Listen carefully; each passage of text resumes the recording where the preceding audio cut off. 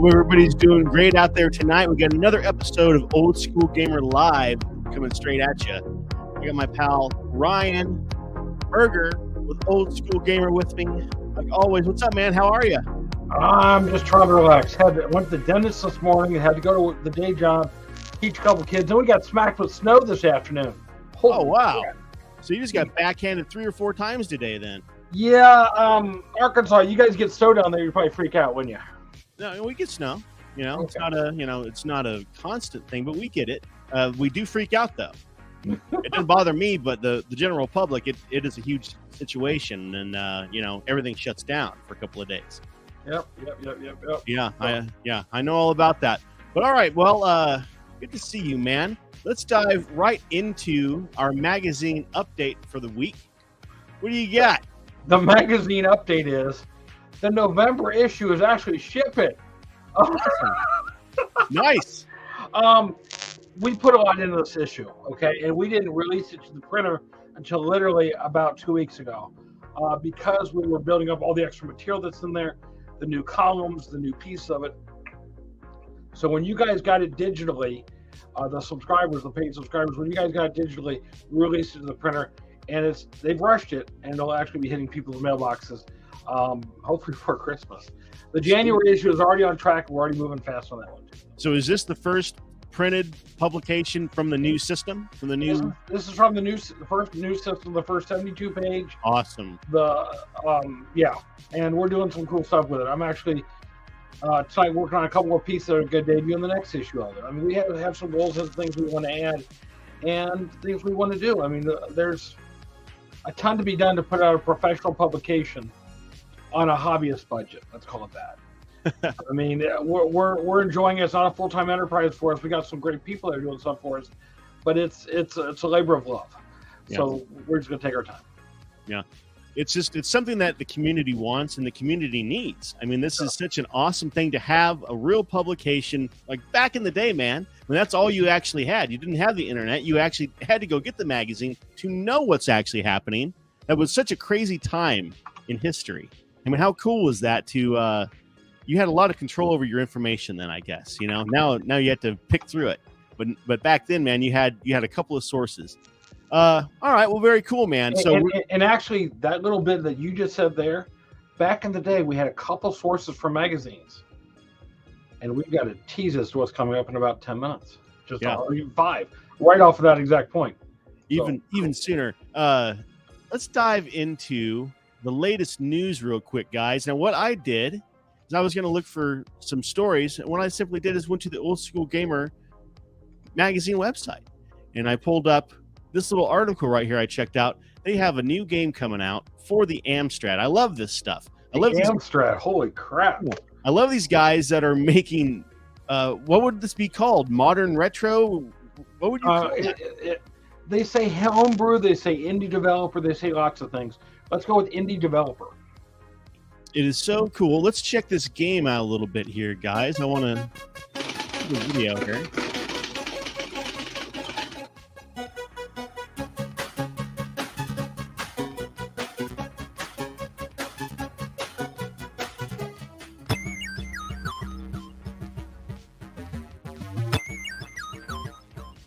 I like the music.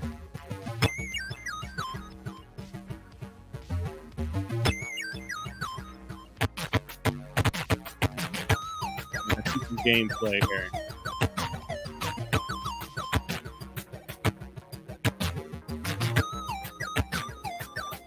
Skip up a little bit. There we go. It's like a Metroidvania kind of thing. It reminds me of Goonies. Oh, yeah, Goonies.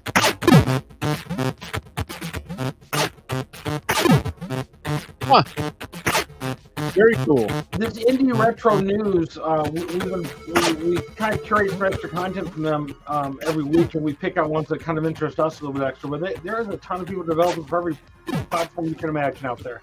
I mean, people are rocking the retros, no doubt about it. Well, I mean, just from me looking on the website here, I mean, there's even more. I mean, there's another game coming out also for the Sega Genesis right here, this Mega Mole game. Look at this. Brand new game for the Sega Genesis. Very cool. Neat stuff. Definitely. The piece of news I've got, if you want to flash it over to me a second, let me drop one thing on the screen. Sure. Let's see, share screen, and let's go to a window. Let's go to that one there. Okay. Ardu Boy. Have you ever seen Ardu Boy before? No Quarter? Yeah, super cool. Okay. These came out 5-6 years ago. There's 20,000 of these out there of the large unit. Now they're coming out with a even slimmer version. Look at the size of that thing. And you can program really basic games on it. I'm literally going to get a hold of 15 or 20 of these and teach how to program on this.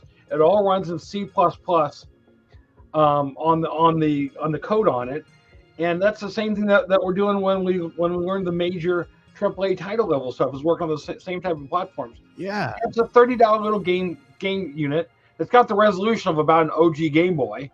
Comes with a bunch of games on it. Check it out. There's links off of our site off to them, and or just go to Kickstarter and look for Ardu Boy. I'm definitely getting one of those. Man, that is sweet. Yeah, it's a neat little thing. It stores I think it has like a megabyte of RAM in it or of storage in it, and that's like 300 games in there. So it's $30. Yeah, if I remember correctly, let me look real quick. $29 or more. $bucks. See, there's the little one. There's the big boy that sold for about 50 before. And yeah. Yup. Wow. Yeah, that is super cool, man. Yeah, I'm definitely getting one of those. And you can program it. There's some good demos on it. If you guys ever heard of Scratch at MIT of GUI editing, it's just neat stuff. And we're talking, 16 megahertz of pure power, 128 by 64 pixel OLED display. That's 10 times as powerful as the space shuttle was in 71. So I don't want to hear it. Yeah, 20. I mean, he's already more than hit his Kickstarter on the stuff. The guys out at the Portland Retro Gaming Expo also is one of the places I met him. Kevin, really cool guy. So very cool. All right, guys, let's move over to our Friends of Old School Gamer segment. We are going to bring on our guest for this week, Jeff Peters. I'm not even going to pretend to know what all he does. I'm going to just let him tell us because he has an amazingly storied career. Jeff, how are you, my friend? Hey, how you both doing tonight? We're great. Just sitting and relaxing. Nice to see your smiling face. Stories. I want to hear. Great. I was just talking to Jeff briefly before, and he told me a tiny bit. He told me a 1-minute recap of kind of who he is, and it's unbelievable. Jeff, tell us a little bit of your history, my friend. All right, the shameless self-promotion. All right, you can try and time me on this. So my career started with the dawn of competitive gaming in the 80s, which means I've been in the industry now for over 30 years. Used to play in tournaments, got in the Guinness Book of World Records, started the U.S. National Video Game Team, traveled the world playing video games long before we talked about the concept of esports. Also started EGM, so that was a fun endeavor that has a lot of fun stories with it. Yeah, that was the thing I was mentioning earlier is used to be there's only a couple little magazines to find out stuff about. We got excited when the EGMs and the Nintendo Power showed up in the mailbox. Yeah, the way that at least I describe it to people now is we were too ignorant to know that we should have failed, and somehow we generated this really cool thing that people love, which is great. After EGM, just really quick, I then moved into development because I'm a builder, a tinkerer, so I like building things. So I've been making games since then. Worked for companies like SNK, Electronic Arts. Worked for a lot of independent companies. And I've got to work on a lot of, deliver a lot of great franchises to the world. Things like Mortal Kombat and NBA Jam, Monopoly, Tetris, Tiger Woods, and a bunch of other things that have been fun to build in that time frame. So what's an absolutely unknown brands and titles? I've never heard of any of those before. there's even some weird stuff in there, like I got to work with Ren and Stimpy at the peak of its I love that popularity. I'm a huge fan of Ren and Stimpy. If I could turn my camera a little bit, I have a huge Ren and Stimpy setup over here with all my collection of them. I'm a huge fan. So I got lots of fun stories about that. Oh man. On the flip side, also got to work with Spielberg and Amblin with Sequest, a property that was supposed to light up the world and ended up not, shall we say. Those are always fun stories. Yeah. Today, I'm kind of doing a lot of different things. I have a VR AR company called Spark XR, where we're working on the future of what we call immersion and how to take VR from where it is now to where it should go, which is the Star Trek holodeck and Ready Player One, as everybody wants from it. So that's what we're doing with Spark XR. I have a consultant group called the Bluff Street, which is about helping, whether it's independent developers or publishers or pretty much anyone out there. All right, how do you build the widget? How do you make money at this? How do you design games? How do you do all this stuff? So that's part of giving back. I also teach up at the University of Utah, and teach the business of the video game industry to graduate students up there as well. And lastly, as part of giving back, I'm one of the founders of a nonprofit organization here in Utah, where I'm based, called the Utah Digital Entertainment Network.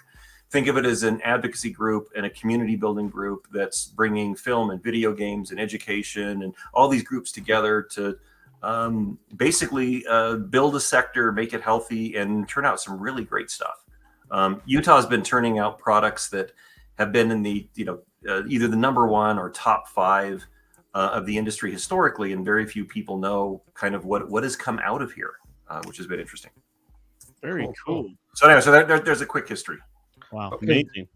Back in the day, and I have a guess on this because of communicating back and forth with you, but back in the day, what was your prime arcade games that you played?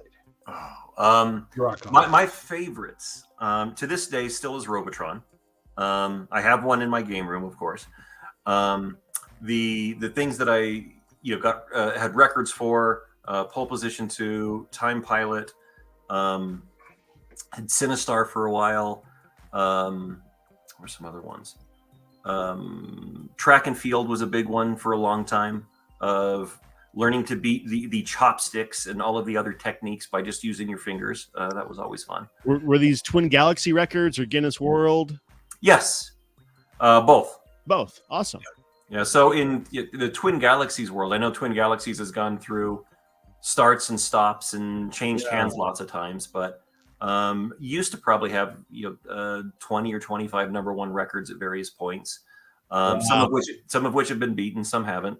And at the time, we collectively had scores in the Guinness Book of World Records from, I think it was 84, 85, 86, 87. So that was kind of the heyday of getting international recognition for video game related feats, and contest results and stuff would be printed in there as well. You got a fan here. They are just lighting you up. Arcade King Gods 80s. He worked on Gauntlet Legacy, good game, and also kicked Cubert's ass, he says. Oh, that's right, Cubert. Yeah, Cubert was one of my marathon games back when we used to do marathon tournaments. Wow. And I think 3 days was the longest I went on Cubert. Had the record on that for a while, and that's been beaten in the last 10 years by I think 2 different individuals. Is there a hiding spot on Cubert like there is on Pac-Man that Billy uses to go bathroom break? On Cubert? I'd love to know. Now, Cubert, you have, if I remember correctly, you have 27 seconds per life if you're just letting go of the joystick. So if you're doing your math for a bathroom break, all right, I'm going to be 3 minutes, 5 minutes, 10 minutes. How many lives am I going to lose?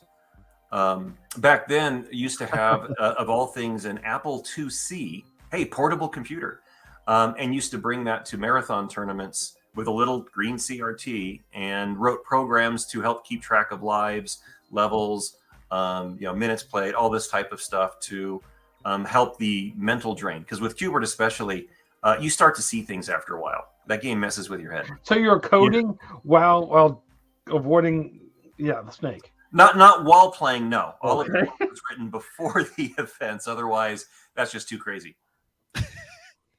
Coding while playing. Yeah. That'd be a little I don't think we need an event for that.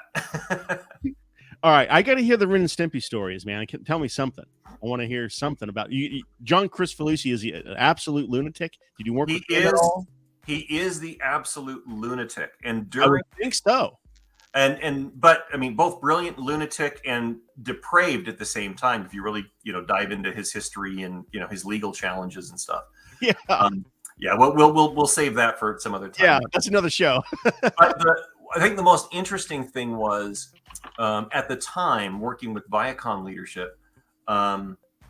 we were building a Ren and Stimpy game off the Ren and Stimpy cartoons, which everybody loved. They were in the middle of their divorce with John Chris and wanted to take the property somewhere else. So the big fights that we had was they didn't want the Ren and Stimpy that was in the cartoons to be in the video game.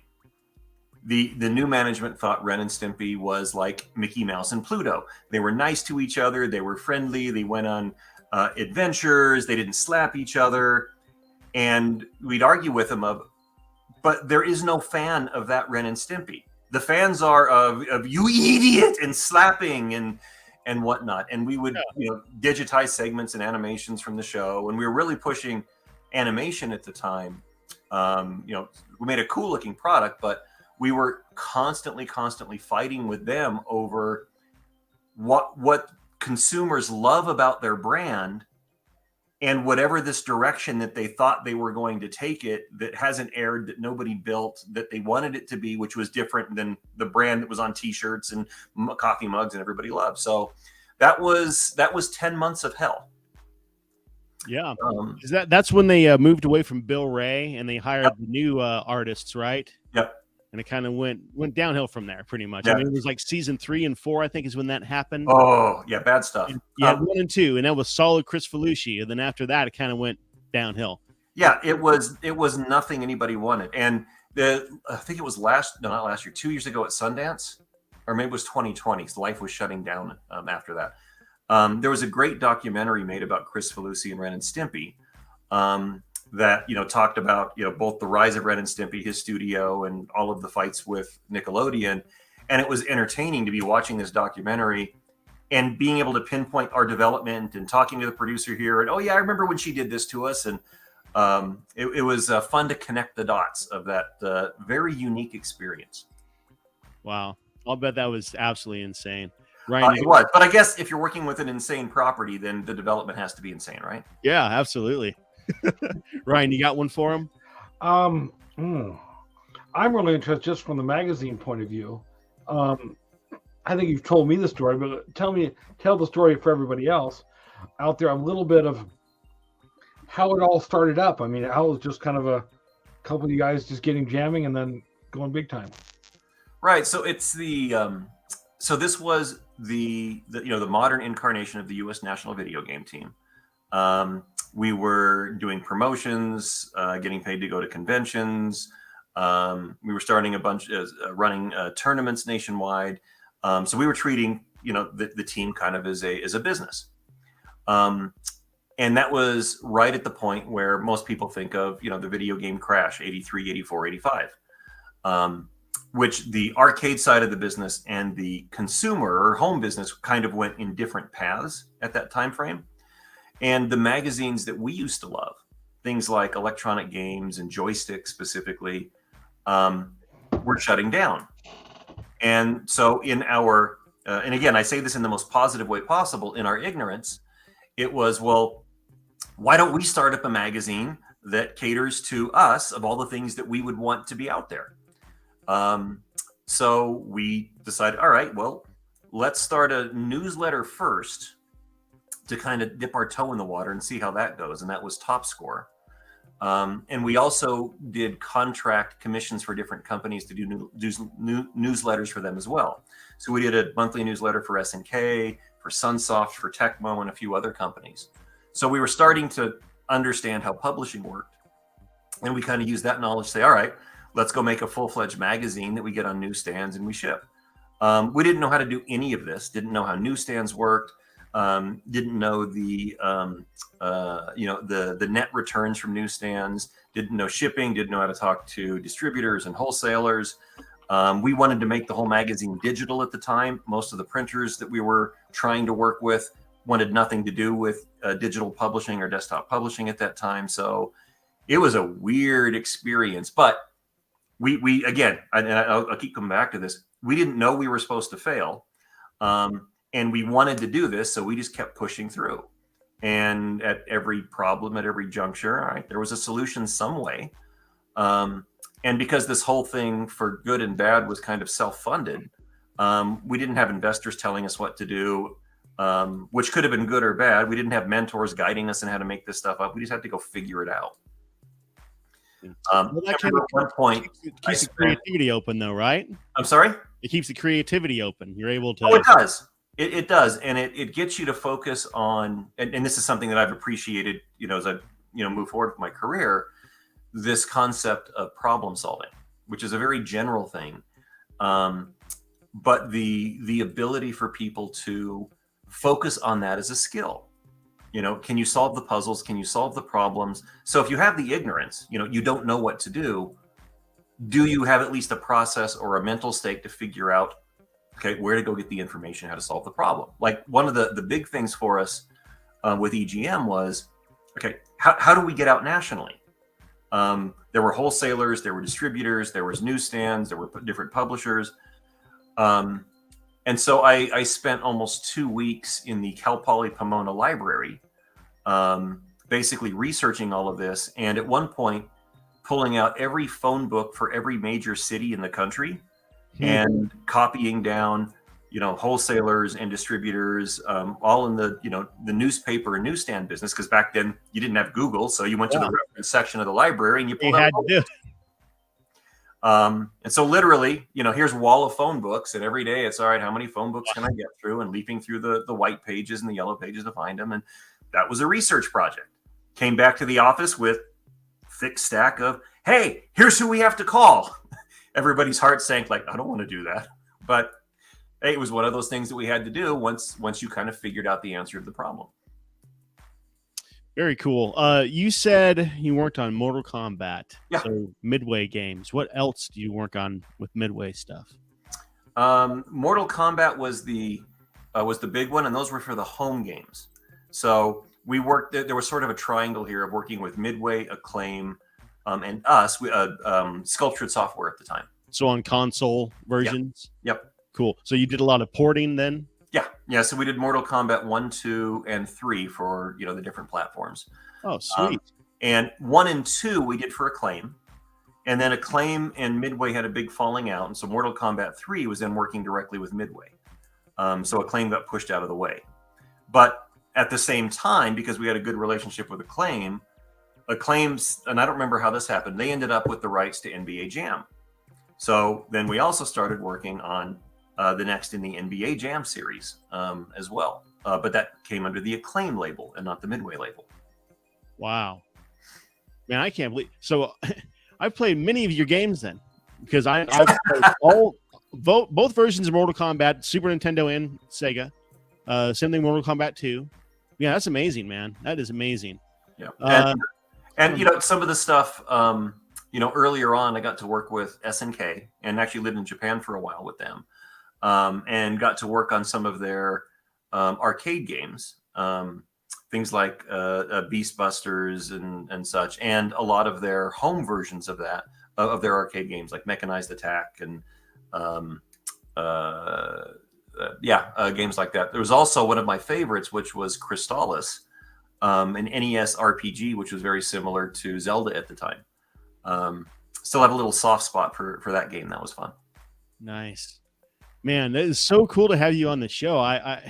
Ryan knows so many people that are so deeply rooted in this industry. It's insane. I can't believe it. Oh, and you're muted, Ryan. You're muted, man. Mr. Ryan, you're muted. There we go. There you go. I was typing earlier. No one's hearing me typing. I was one of those stuff. The real hook was meeting him in Ottumwa. Jeff came down to Ottumwa, where Twin Galaxy started as a guest of Walter and the whole gang down there. And they had this little con event with, I don't know what do you think there was, 100 people there, including the average people in the mall? And we just had a good time. I was able to sit and talk with them. So, I mean, finding that out and then finding how deep the history went was fantastic.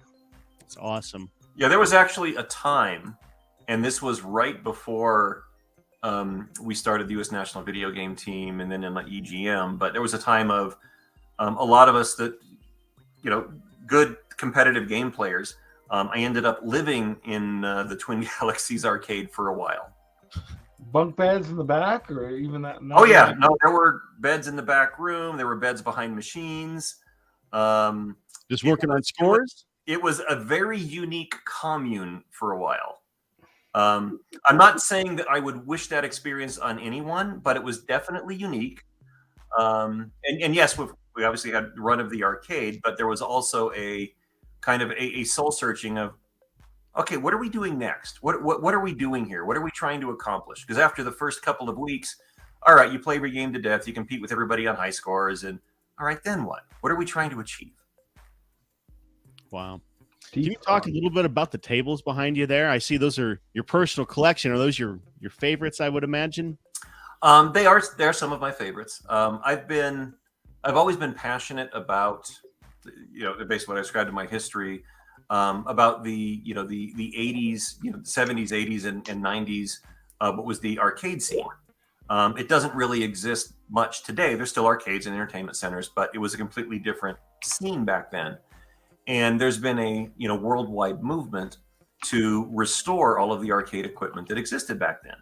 As antiques and collectibles, keep them working and keep them playing. And every year you see the collectible community grow bigger and bigger.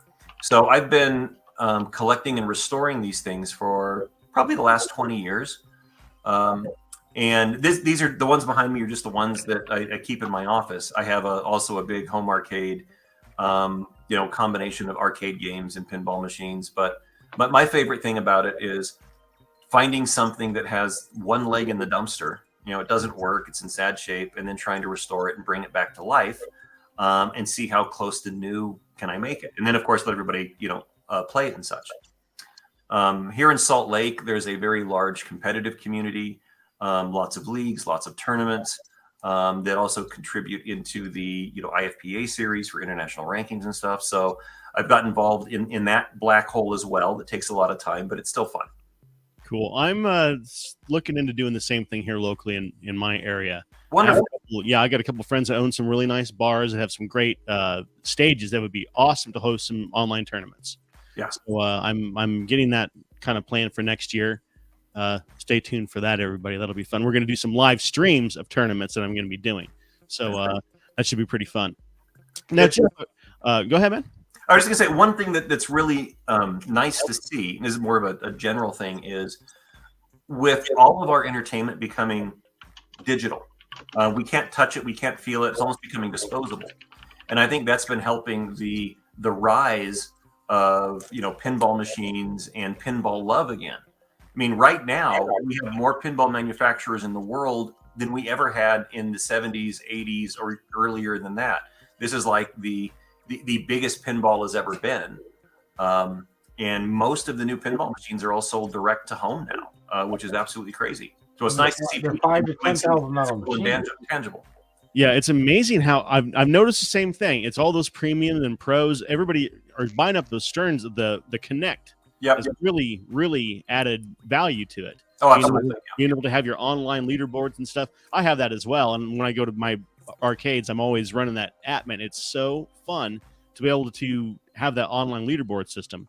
Yep, absolutely. All right. Well, Jeff, appreciate you so much for being on the show, my friend. Where can everybody find you online? You can find me through corporate website, sparkxr.com. You can also find me through thebluffstreet.com. Those are probably the easiest ways. Or I'm on LinkedIn, pretty easy to find as well.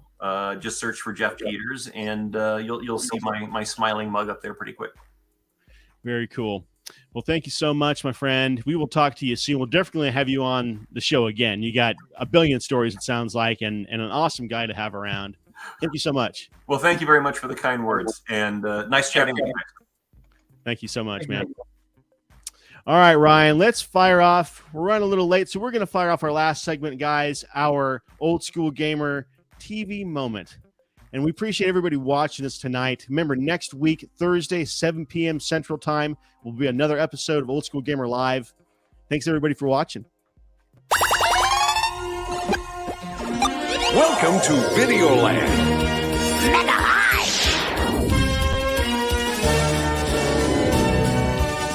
Wake up, Kitticorus. Welcome to Castlevania.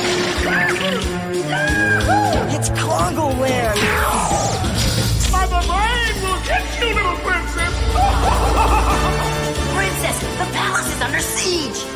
Behold, the ultimate warp zone.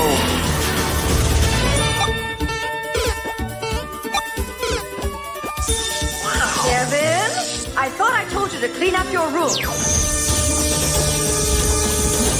Whoa!